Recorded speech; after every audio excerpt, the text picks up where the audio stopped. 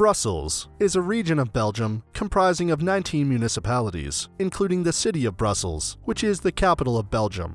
The city started life as a fortress, then developed into a market square, and eventually blossomed into the economic, political, and social center of the Flemish capital. The city is an amazing place, with stunning architecture and fascinating history packed into every street and alleyway. Brussels has something for everyone and offers European staples such as art and architecture alongside more unusual attractions.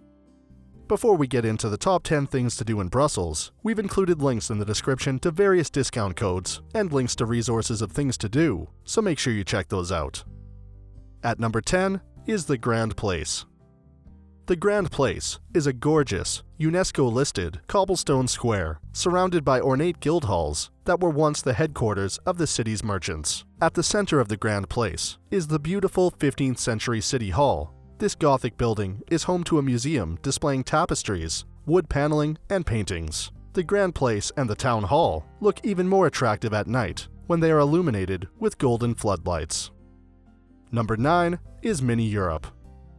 The theme park is located north of central Brussels and features scale models of Europe's biggest and best sites. Explore a charming miniature world where the greatest buildings in Europe are recreated in small scale. Visitors can see everything from the Eiffel Tower to the Leaning Tower of Pisa as they take a trip around Europe in a single day. With over 350 miniature buildings, visitors are able to travel between more than 80 European cities in an instant and see their iconic architectural highlights.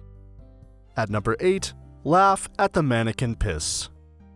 Manneken Pis is situated not far from the Grand Palace, and visitors can find it by taking the right lane away from the Town Hall. While the statue itself is of a child in the nude, he has been the recipient of about 800 different costumes, a tradition that began when Maximilian gave him a soldier's uniform in 1698. Since then, Manneken Pis has been many things, including Santa and Elvis. This odd statue has risen to fame and is a popular tourist attraction in the city. Number 7. Relax in the Parc du CINQUANTENAIRE. Parc du CINQUANTENAIRE is a large public park in the easternmost part of the European quarter in Brussels. It was built during the reign of Leopold II to commemorate 50 years of Belgian independence. At the southeastern point of the park is a giant arc that has spectacular architecture. Visitors can climb to the top of the arc to see nice views of Brussels and beyond. The park is one of the most beautiful parks in Brussels and worthy of a visit. At number 6 is the Art and History Museum. More than a museum, the Art and History Museum feels more like a homage to all things ancient and unusual. It was built by King Leopold II as a celebration of Belgium's 50 years of independence and features 600,000 artifacts and art objects from all over the globe, plus a number of fascinating temporary exhibitions. Learn everything from prehistoric hand axes to Egyptian mummies. Learn about the progression of different civilizations over time, delve into a collection of pre-Columbian art, and ponder over an enormous statue from Easter Island. Number 5 is the Belgian Comic Strip Center. The Belgian Comic Strip Center is located less than a mile north of the Grand Place. The museum's collection is made up of 7,000 original plates and drawings, and is a treat for kids and adults. This kingdom of imagination is home to some of Belgium's best-known comic strip heroes, including Tintin, Spirou, Bob and Bobette, and the Smurfs, to name a few. At number 4, admire Les Botaniques. Les Botaniques was historically the botanical gardens of the city and still attracts a large number of guests in the modern day. The greenhouse, which dates back to the 19th century, now regularly plays host to a range of performing arts and makes the place feel more of a cultural center than just a garden. However, if you are into greenery, then the surrounding gardens are still intact and present in all their glory. Number 3 is St. Gudule and St. Michael's Cathedral.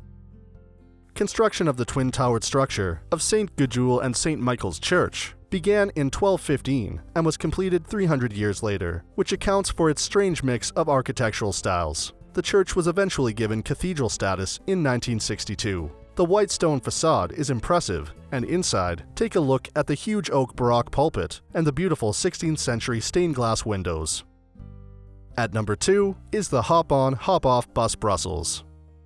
There's lots to like about Brussels, and visitors can see it all with a 24 or 48-hour ticket for the Hop-on, Hop-off Bus Brussels. Travel on 2 bus tour routes with 22 stops around Brussels, covering the entire city's main sites and get a free audio guide in 8 languages. Hop off at any point on your tour and rejoin at your leisure. With panoramic views from the bus, it's a great way to see Brussels.